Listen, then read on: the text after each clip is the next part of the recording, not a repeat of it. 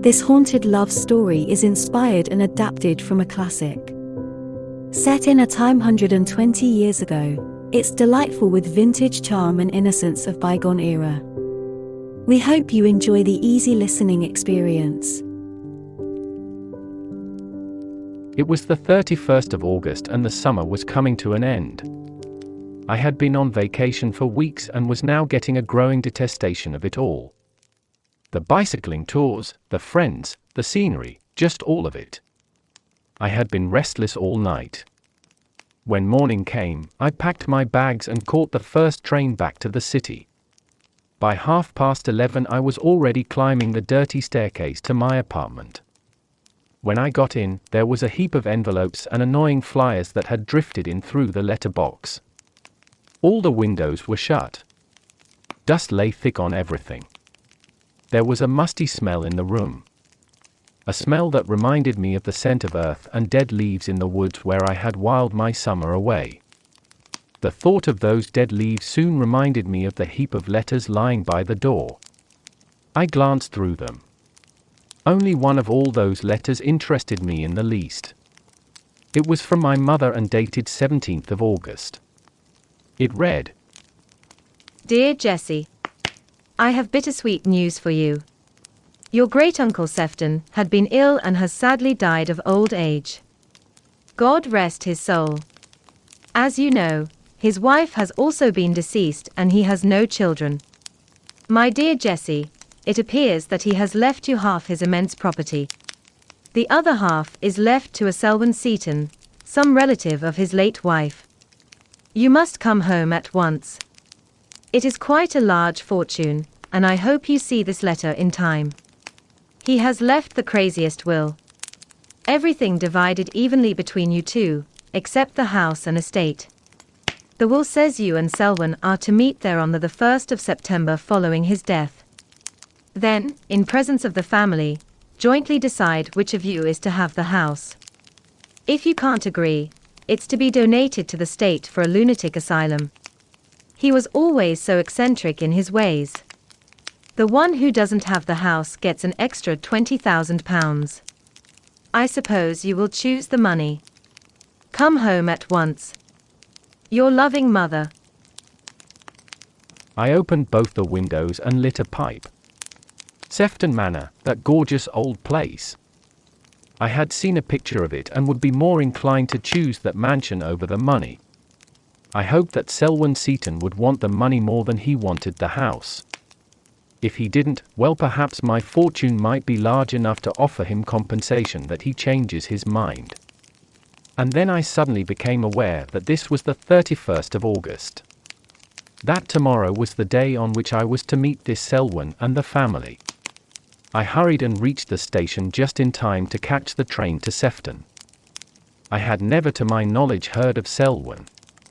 I hoped he would be a reasonable young man. Also, I had never seen Sefton Manor House except in a print.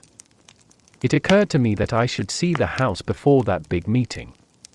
It wasn't too long before I found myself on the platform at Sefton Station on that beautiful sunny afternoon. I thought it would be good to make some inquiries and started with asking the railway porter for directions. I say, good man, could you please direct me to the manor house? It's about a mile from here. Take the steps, the first on the left, and follow the path till you come to the woods. Go around the left of the woods, then across the meadow at the end. You'll soon see the place right below you in the valley. It's a fine old place, I hear. All to pieces. I shouldn't wonder if it cost a couple of hundred to put it right. Water coming through the roof and all. But surely the owner must have looked after it. Oh, he never lived there. Not since his wife died. He lived in the lodge. It's on the top of the hill looking down on the manor house. Is the house empty? As empty as a rotten nutshell, except for the old sticks of furniture. Anyone who likes can lie there on nights. But it wouldn't be me. Do you mean there's a ghost? I don't know for sure, good sir, but my aunt was in service at the lodge. And there's no doubt that something walks there. Very interesting indeed. Could you tell me a bit more? I gave the man a shilling and he told me about the ghost at Sefton Manor House. Indeed, about the ghosts, for there were it seemed 2 of them. A lady in white, and a gentleman in a hat and black riding cloak. He explained. People say, once upon a time a young lady was being visited by her lover. He had come to meet her secretly at the manor house. As she opened the hall door, her father, thinking it to be burglars, fired a gun out of the window. The happy pair fell instantly on the doorstep. They are said to haunt the house since. Is it true, do you think? The porter did not know. At any rate, there was a tile in the church to a Maria Sefton and George Ballard, and something about not being divided in their death. Anyhow, as instructed, I took the steps, went around the woods, then across the meadow, and so came out on a chalky ridge. In that glorious bright afternoon, below stretched the green park, dotted with trees. The lodge lay below me, smoke coming put from its chimneys. And below the lodge lay the manor house. Red brick with large majestic windows and lichenified beams in between. It was a house in 1000, vintage Elizabethan. I hurried across the grass towards the manor house. The bricks of the wall were often displaced or crumbling. The ivy had forced the stones away. I climbed the wall and found myself in a garden. Oh! Such a garden! There are not even half a dozen such in England. It was gorgeous.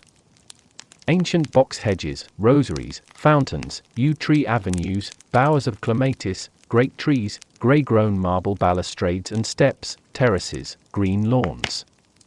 And one green lawn in particular, in the middle of which was a sundial.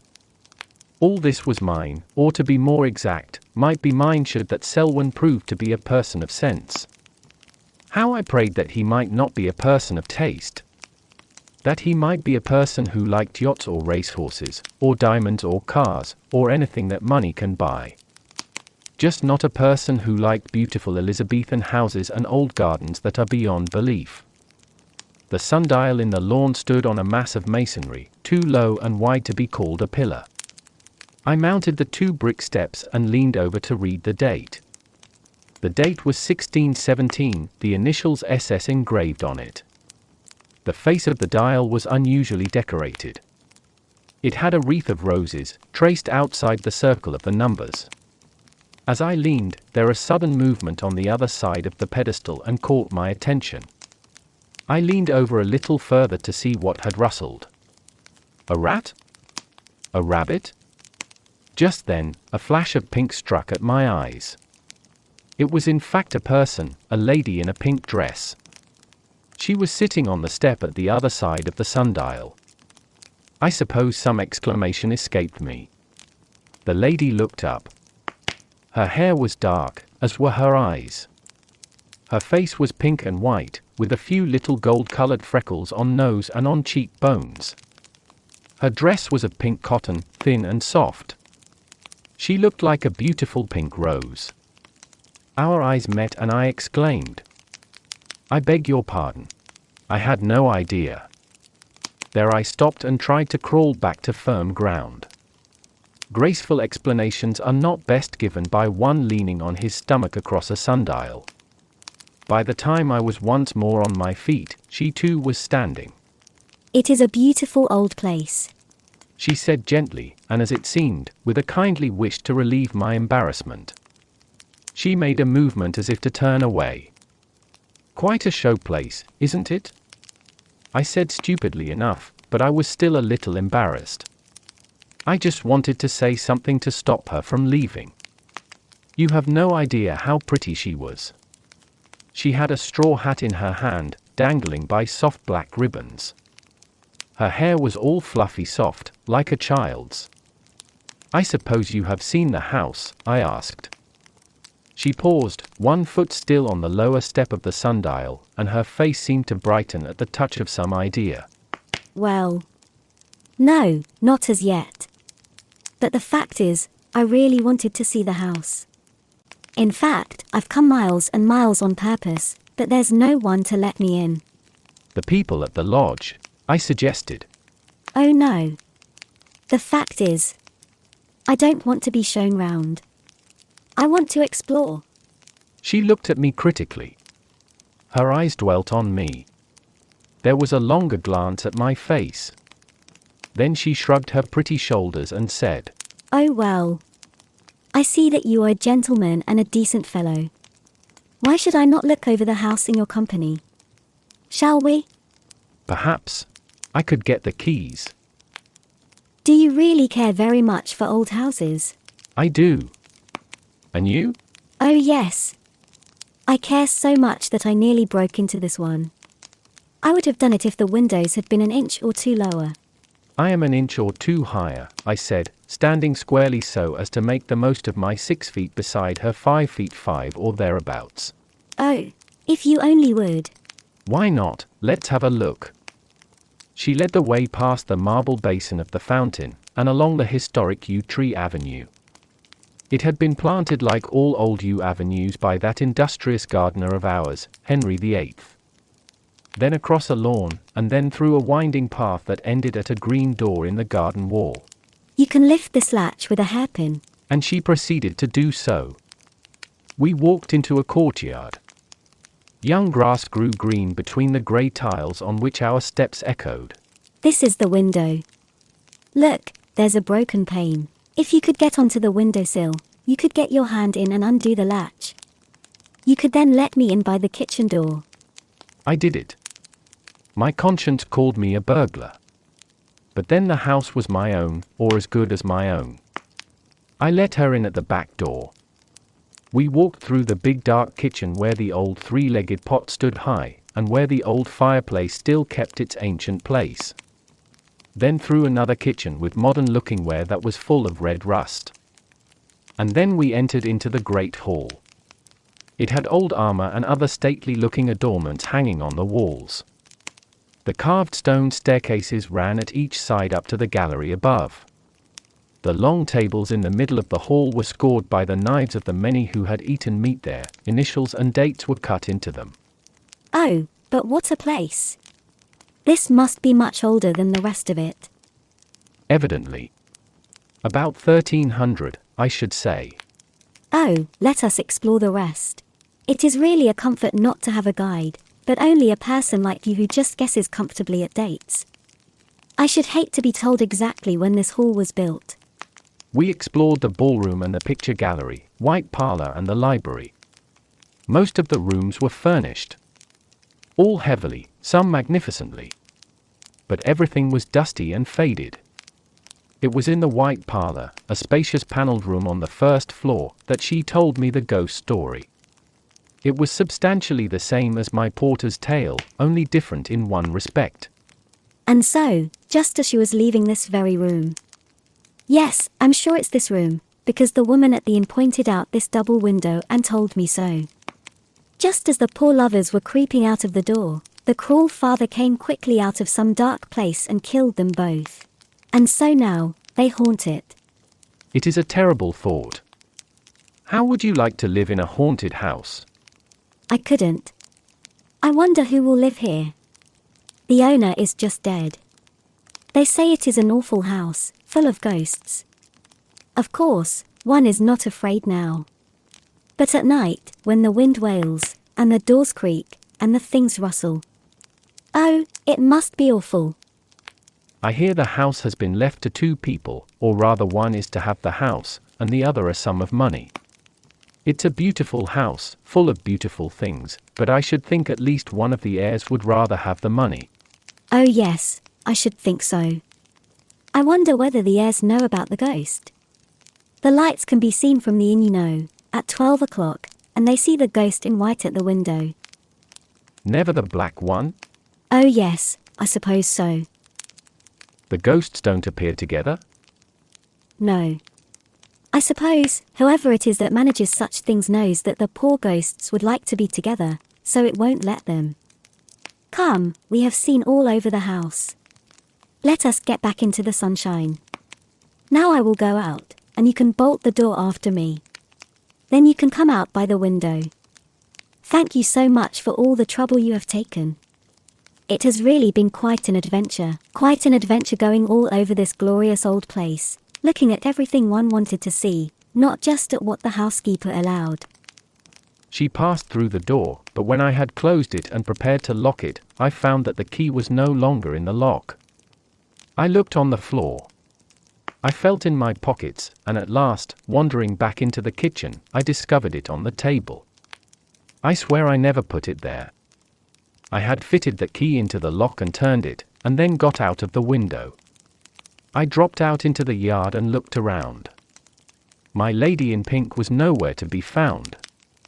I searched the garden and pleasure grounds, but never a glimpse of pink rewarded my anxious eyes. I found the sundial again and sat myself along the wide step where she had Saturday. Oh, what a fool I had been. I had let her go. I did not know her name. I did not know where she lived. She had been at the inn, but probably only for lunch. I may never see her again, and certainly in that event I should never see again such dark soft eyes, such hair, such a contour of cheek and chin, such a frank smile. In a word, a girl with whom it would be so delightfully natural for me to fall in love. For all the time she had been talking to me of architecture and archaeology, of dates and periods, of carvings and moldings, I had been recklessly falling in love with the idea of falling in love with her. I had cherished and adored this delightful possibility, and now my chance was over. Even I could not definitely fall in love after just one meeting with a girl who I was never to see again. And falling in love is so pleasant. I cursed my lost chance and went back to the inn. I inquired with the waiter. Yes, sir, a lady in pink had lunched here with a party. They had gone on to the Barnhurst Castle. A party from Tunbridge it was. Barnhurst Castle is close to Sefton Manor. The inn lays itself out to entertain visitors who come to see it. I soon realized that the inn must have a visitor's book. And so it did. I examined it. Some 20 feminine names. Any one might be hers. The waiter looked over my shoulder as I turned the pages. Only party staying in the house in this part of the book, sir. My eye caught one name. Selwyn Seaton. It was written in a clear and round, black handwriting. Staying here? I pointed to the name and asked. Yes, sir. Came today, sir. I asked for a private table and ordered my dinner to be served there. Sitting down, I considered my course of action. Should I invite this Selwyn to dinner, then I can ply him with wine and get him to agree? But my honor stopped me. Should I seek him out and try to establish friendly relations? But to what end? It's then that I saw from my window a young man in a light checked suit, slim figure, and a coarse-looking face. He strolled along the gravel path. Just then, a woman's voice in the garden called. Selwyn. He disappeared in the direction of the voice. I don't think I ever disliked a man so much at first sight. What a brute, I said. Why should he have the house? He'd plaster it all over, perhaps even let it out. He'd never stand the ghosts either. Then the inexcusable, daring idea of my life came to me, striking me rigid. A blow from my darker side, I should say. If I could dress up as the black ghost and appear at the manor window tonight, it surely would catch Selwyn's eye from his room in the inn. It would scare the heavens out of him, and then the house would surely be mine. It must have been a minute or two before my muscles relaxed and my arms fell at my sides. I'll do it, I said to myself. I dined. I told the people of the house not to sit up for me. I was going to see friends in the neighborhood, and that I might stay the night with them. I took my Inverness cape with me on my arm and my soft felt hat in my pocket. I wore a light suit and a straw hat. Before starting, I leaned cautiously from my window. The lamp at the window next to mine showed me a pallid young man, smoking a fat cigar. I hoped he would continue to sit there smoking. His window looked the right way. Even if he didn't see what I wanted him to see, someone else in the inn would. I first bought candles in the village. As I went down across the park in the soft darkness, I turned again and again. I wanted to be sure that the light and the pallid young man were still at that window. It was now past 11 at night. I got into the manor house and lighted a candle. I crept through the dark kitchens. I knew that its windows did not look towards the inn. When I came to the hall, I blew out my candle. I dared not show light prematurely in the unhaunted part of the house. I gave myself a nasty knock against one of the long tables, but it helped me to get my bearings. I laid my hand on the stone balustrade of the great staircase. You would hardly believe me if I were to tell you truly of my sensations as I began to go up these stairs. I am not a coward, at least I had never thought so till then. But the absolute darkness unnerved me. I had to go slowly, or I should have lost my head and fallen off the stairs 3 at a time. So strong was the feeling of something uncanny just behind me. I set my teeth. I reached the top of the stairs, felt along the walls. At first I went the wrong way and landed in the great picture gallery. But eventually, I found the great white haunted parlor. I entered it, closed the door, and felt my way to a private little room in the parlor. That small room had no windows and couldn't be seen from the inn. Here, I ventured to relight my candle. The white parlor was fully furnished. Returning to it, I struck one match, and by its flash determined the way to the mantelpiece. I felt my way to the mantelpiece and took down the 2 big candle holders. I placed these on a table, a yard or 2 from the window. In them, I set up my candles. It is astonishingly difficult in the dark to do anything, even a thing so simple as the setting up of a candle. Then I went back into the little room, put on the Inverness cape and the slouch hat, and looked at my watch. 11:30. I must wait. I sat down and waited. I thought how rich I was, the thought fell flat. I wanted this house. I thought of my beautiful pink lady, but I put that thought aside. I had an inward consciousness that my conduct would seem mean and crafty in her eyes. Only 10 minutes had passed. I could not wait till 12. The chill of the night and of the damp unused house made me shiver. I opened the door, crept on hands and knees to the table, and carefully keeping myself below the level of the window, I reached up a trembling arm. I lighted all 40 candles, 1 by 1 each. The room was now a blaze of light. My courage came back to me with the darkness fading. I was far too excited to know what a fool I was making of myself. I rose boldly and struck an attitude over against the window. The candlelight shined behind me. My Inverness cape was flung over my shoulder, my soft black felt twisted and slouched over my eyes. There I stood for the world, and particularly for Mr. Selwyn Seaton. I wanted them to see the very image of the ghost that haunted that chamber. From my window, I could see the light in that other window, and indistinctly the lounging figure there.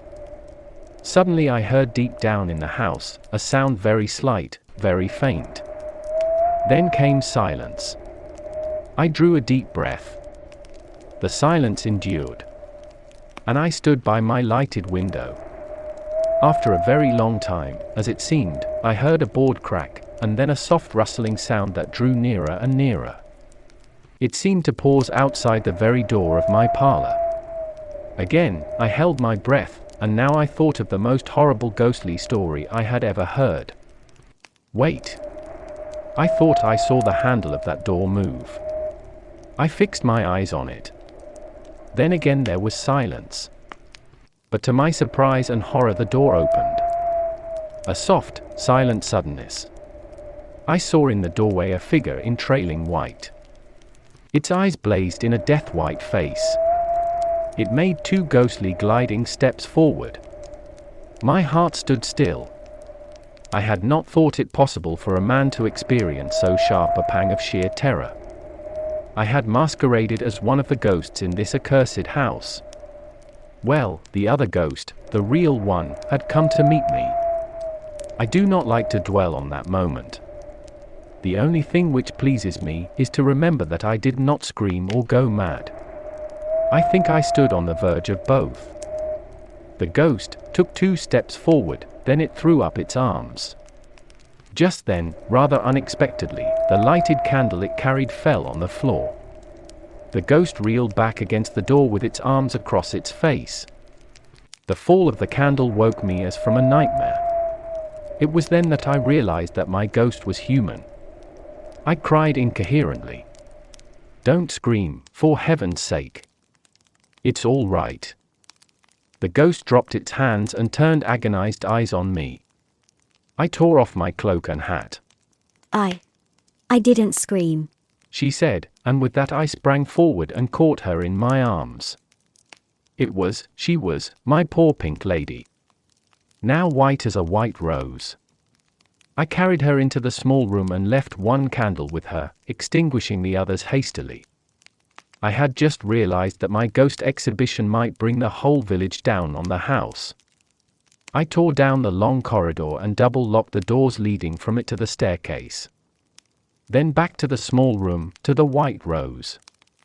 Somehow, I had remembered to bring a brandy flask with me. I rubbed her hands with the spirit. I rubbed her temples and tried to give her some to drink. At last she sighed. She opened her eyes. "Oh, thank God. Thank God."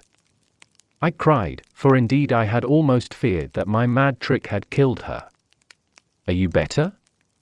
Oh, poor little lady. Are you better?" She moved her head a little on my arm. Again she sighed, and her eyes closed. I gave her more brandy.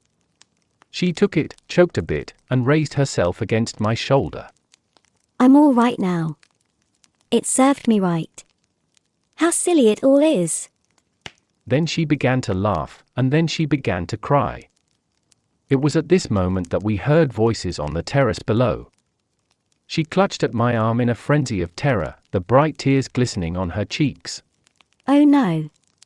Not anymore, not anymore. I can't bear it. "Hush," I said, taking her hands strongly in mine. "I've played the fool, so have you. But we must be calm now. The people in the village have seen the lights, that's all. They think we're burglars. They can't get in. Keep quiet, and they'll go away." But when they did go away, they left the local constable on guard. He kept guard like a man till daylight began to creep over the hill, and then he crawled into the hay and fell asleep.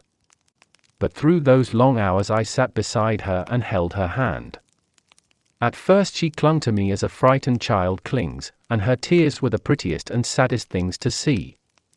As we grew calmer, we talked. I did it to frighten someone in particular, I owned. I should have told you today, I mean yesterday, only you went away. I am Jesse Sefton, and this place belonged to my great-uncle. He passed away recently, and as per his will, this house and estate is to go either to me, or to a Mr. Selwyn Seaton. We are to decide amongst us of who will inherit it. I had seen the place in pictures and had liked it. But when I came here in the day, I just fell in love with it. I couldn't bear that it go to Selwyn Seaton. And so I resolved to frighten him away. But you, why did you? Even then I couldn't see. She looked at me. I don't know how I ever could have thought I was brave enough to do it. But I wanted to frighten. I wanted to frighten you. To frighten me? Why? Because I am Miss Selwyn Seaton, she said, hiding her face in her hands. And you knew me? I asked. No. Like you, I thought my adversary to be a Miss Jessie Sefton. I had no idea it was you until now. When you said who you are, I had no idea you would be here.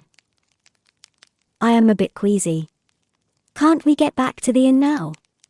Not unless you want everyone to know how silly we have been. I wish you'd forgive me. I didn't know it was you, or I wouldn't have ever even attempted this. she said when we had talked a while, and she had even laughed at the description of the pallid young man on whom I had bestowed in my mind her name. The wrong is mutual, I said, we will exchange forgivenesses. You know I wouldn't ever try to frighten you as well. My voice was tenderer than I meant it to be. We were both silent for a while. But I am sure silent words passed between us. It was cold and dark and dusty in that vintage abode. But it was the only place I would have ever wanted to be at that moment. Alone with her. In the realization that we both liked that classic building with all its glory. And also that we both cared enough for each other, so not to ever want to frighten or harm each other. After a while, she spoke. So who is to have the house? Why you, of course. I never will. Why? Oh, because. She hesitated and bit her lips as if to stop her feelings pouring out through them. Can't we put off the decision? I asked. Impossible.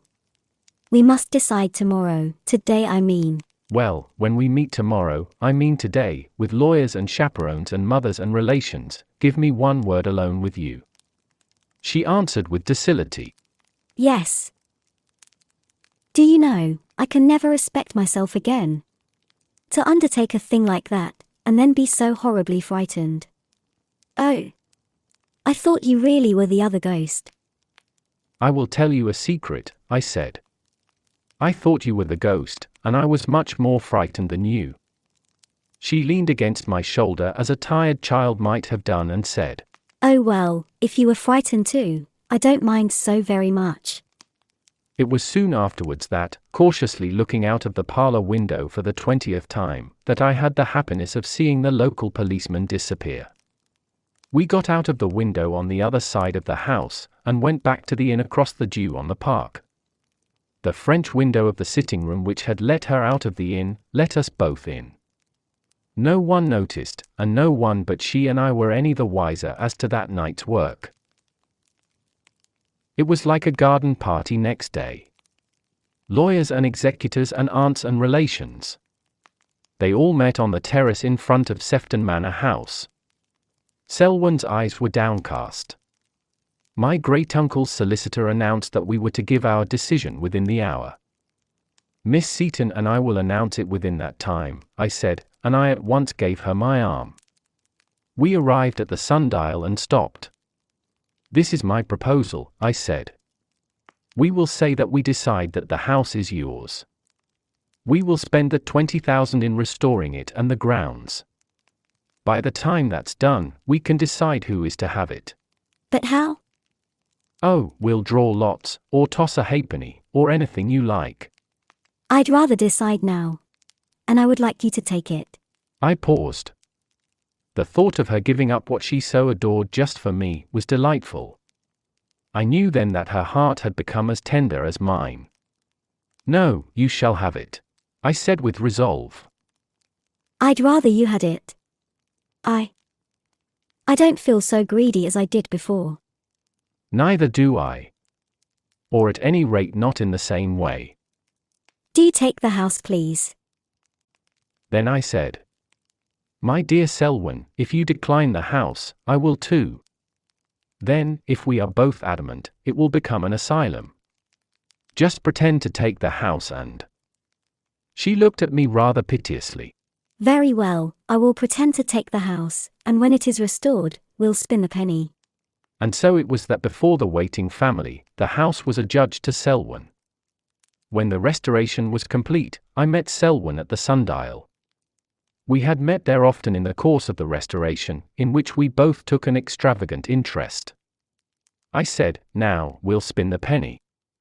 Heads you take the house, tails it comes to me. I spun the coin. But as if there was a ghostly presence orchestrating it all, the coin fell on the brick steps of the sundial and stuck upright there. It was wedged between two bricks. She laughed and so did I. It's not my house, I said, to which she replied. It's not my house too. When neither of us were laughing, I said, Can't it be? Can't it be our house? Marry me. I know you have come to love me, just as much as I love you. Oh, Jessie. she exclaimed and moved closer. Her eyes were glowing, pupils dilated, lips trembling. I thought you'd never ask. It was the fondest moment of my life. I moved to pull her in an embrace. My lips met her pink, quivering, tender ones. And thank God, our house it was. And has been ever since. We hope you enjoyed listening to this story. You can find links to similar stories in the description box below. Please leave us your comments or requests, and thanks a lot for stopping by.